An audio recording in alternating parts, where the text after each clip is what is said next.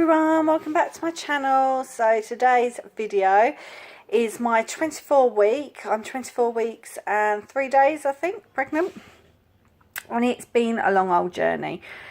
I am so sorry I've not been in contact, but a lot's been going on, and if I sort of run through it, you'll sort of get the gist of what's going on. So I think I left a video about 3 or 4 weeks ago after I had my scan done. And I was obviously told that my cervix looked very short, so I started taking progesterone again, which is what I took when I had the IVF. And I took that for a week, and we found out that the progesterone wasn't working, and my cervix has shortened again to 4 millimeters. And it was a really hard appointment because I was 21 weeks pregnant, coming up for 22, and to hear that that's not working and I could go into labour at any time, obviously you don't want to hear that far into pregnancy, because she really would not have had much of a chance of survival if she was born. So it's been a really tough journey, and I've got to be honest, I'm not enjoying pregnancy, and I really wish I had the opportunity to enjoy it. I really do. We've worked so hard to get here, and it just seems a little bit unfair that we've got here and now we've just got constant worry. But everyone keeps saying that's just practice for life. So, but yeah, so I went back and the progesterone wasn't working. Our consultant sort of advised us in the end we had nothing to lose with the stitch. You know, there was a risk that we could induce labour, but doing nothing could also mean I go into labour. So we went ahead and had the stitch, and I had the operation the following day. Jake came in with me. It was a day surgery procedure. We had it at King's, and they were really, really good. I was numbed from the waist down, very similar to what somebody would go through for a C-section, and legs in, what do you call them? You know what I mean, legs up in the braces, and I was tilted in a bed like that, so my head was down and my bottom and my legs were right up, and they did the stitch. And during the procedure they actually said to Jake and I that actually my cervix was looking in an even worse state than what had shown on the scan, and that was from one day. And he said it's going to be a tricky procedure, but we're going to proceed. And they were tilting me that way, so my membranes wasn't close to the cervix, so they're sort of dropping the membrane back so they didn't pierce the waters. And I was in there for about half an hour. I was all conscious through it all. The anaesthetist was fantastic. The surgeons were fantastic. And it was so nice to just have Jake next to me through the whole thing. So anyway, it went through to recovery. And that was pretty much it. I just had to wait for a catheter to be removed after 6 hours. I had to prove that I could go to the toilet normally, that I could move around. I had my feeling back from my waist down. And then they just signed me off to go home. I'm still on pelvic rest at the moment. I do have a follow-up appointment tomorrow at King's. And I've now healed enough internally for them to do another examination to check to see whether the cervix has dropped again, or I think we're going to get more of an idea, hopefully, of, you know, this little one, she is going to come early, but it depends how early. So I'm hoping the stitch will hold her in for at least another 4 weeks, ideally another 6 weeks, I'd like them to tell me, but we will see. I felt the stitch, I can feel it, and she really does feel low, especially today I felt really low, and she's moving all the time. It's just the most magical feeling. And when I get down in the dumps and I feel that this is just not fair, then when I feel her moving and I can see her kicking and feeling her doing like a 360 move inside me, then I think, do you know what?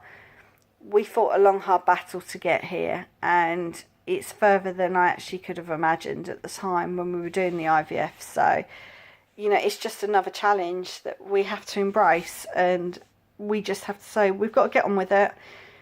We know what we want out of this. We want our little girl, and we will keep fighting like we've been fighting for 8 years. So, yeah, it's a hard, challenging time. But we're keeping positive. We really are. You know, Jake's very much of the opinion, you know, we, knowing our luck, we'll probably do all of this and we'll probably carry full term. So I'm not so sure. I do feel very uncomfortable at times. But to get through another sort of 6 weeks would be really ideal for me. To sort of get through to like 30 weeks, 32 weeks would be amazing, because then, you know, she will spend a little bit of time in intensive care, but she will have a much greater chance of no problems long term in her life for that reason.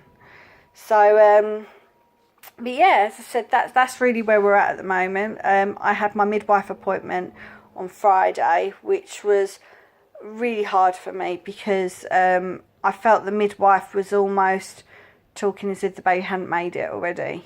And it was very much, oh, it's so sad, but, you know, don't give up. If this doesn't work, then just try again. And I just thought, why are you saying that? You know, I haven't even given birth yet. And in my mind, it's not an option. She's not going to make it. We will fight this to the end. So I had my her heartbeat checked, had the usual checks I would have, urine tests, my blood pressure, my heart rate, things like that. And then when I knew at that point all the checks were done and they just were running through some advice, I was so upset. I just took my bag and I just said, like, if you don't mind, I'm going to leave now. And I just said, as I was leaving, which might come across a bit rude, but it was, I just said, it's not an option for her to not survive. You know, we will fight this. I said, and I don't need negativity around me right now. And I just walked out.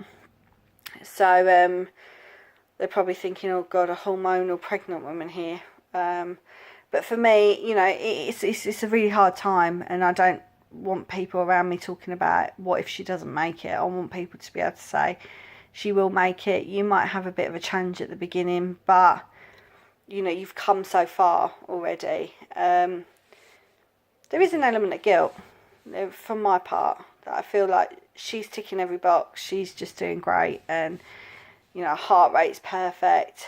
She's scanned. Everything is spot on for what they're looking for. And I feel like I'm failing her by not carrying her how I should be. But I can't dwell on it because, you know, we had challenges with the IVF, and this is just another step, really, to suppose test us to make sure we definitely want her. And I can't tell you how much I want her. She's just having that feeling of her moving around now. I can't even describe the love I feel at the moment for her. And yeah, it's going to be amazing when she is here. But I don't want her here yet. So if she's listening to me right now, you need to stay in there for a little bit longer. But yeah, I can't wait to be a mum. So, and hopefully to a healthy little baby. But I don't want people to watch this and think, oh, blimey, she's down in dumps, or, you know, it's just one of those things, isn't it? So, but as I said, I'm on pelvic rest at the moment. I assume if they say anything tomorrow about perhaps my cervix has dropped again, then I would assume maybe bed rest I'll be assigned to. I am still working from home, but as I said, I'm working from home, so I'm not moving about too much. Jake and I have done a little bit of shopping, food shopping over the weekend, nothing major. And yeah, even that, I feel very tired at the end of it. So yeah, I'm starting to feel a lot more tired than I'd expect someone to normally feel at 24 weeks, which makes me think, oh, is she going to come early, but we're doing everything we possibly can to keep her in, so that's it. We have got a name for her, but I am going to announce it when she's born, so we've got her first name and her middle name sorted, so we will do the big announcement once she's here. And our decision is really at the moment, so we were due to have her in our local hospital, which is the sister hospital's King's, but with the prospect of her being born early, it makes much more sense for me to have her in King's, which is about a 20-minute journey here, from here to there. And we will have her there because King's can cater for micro premature babies. And if I had her in my local hospital, I think they would have to transport her anyway. So I don't want that time wasted of going 20 minutes in one direction to the local hospital. And we are smack bang in the middle, really. To then have a 40-minute journey back to King's to transport her, when actually Jake and I, when I go into labour, can just go to King's. So that's something we will be checking with the consultant tomorrow to make sure she's definitely on the same page as us and agrees that we should actually go to King's and have her. So yeah, I am actually going to drop you guys a video tomorrow following the appointment, so you'll know what's going on. And that's it. And let's try and do a bump shot. I'm sitting on my bed at the moment, so bear with me. But this is a side profile. I am pretty big. I'll tell you what, I'm going to stand against a wall. And if you see, oh, I've got one of those long skirts on. But there is bump. And that's so she wriggles around here all the time. So it's just the best feeling in the world. But listen, guys, thank you so much for listening. I'm so sorry I'm keeping you waiting weeks between weeks. But hopefully we won't have such stressful times and I'll be able to do more regular intervals. And hopefully we won't be introducing her anytime soon for the moment. But anyway, thank you very much for your support. Please like this video, please subscribe if you haven't already, and thank you to everyone for your concerns that we have had messages prior to this video. It's really meant a lot to us and it keeps us going. So anyway, take care, bye.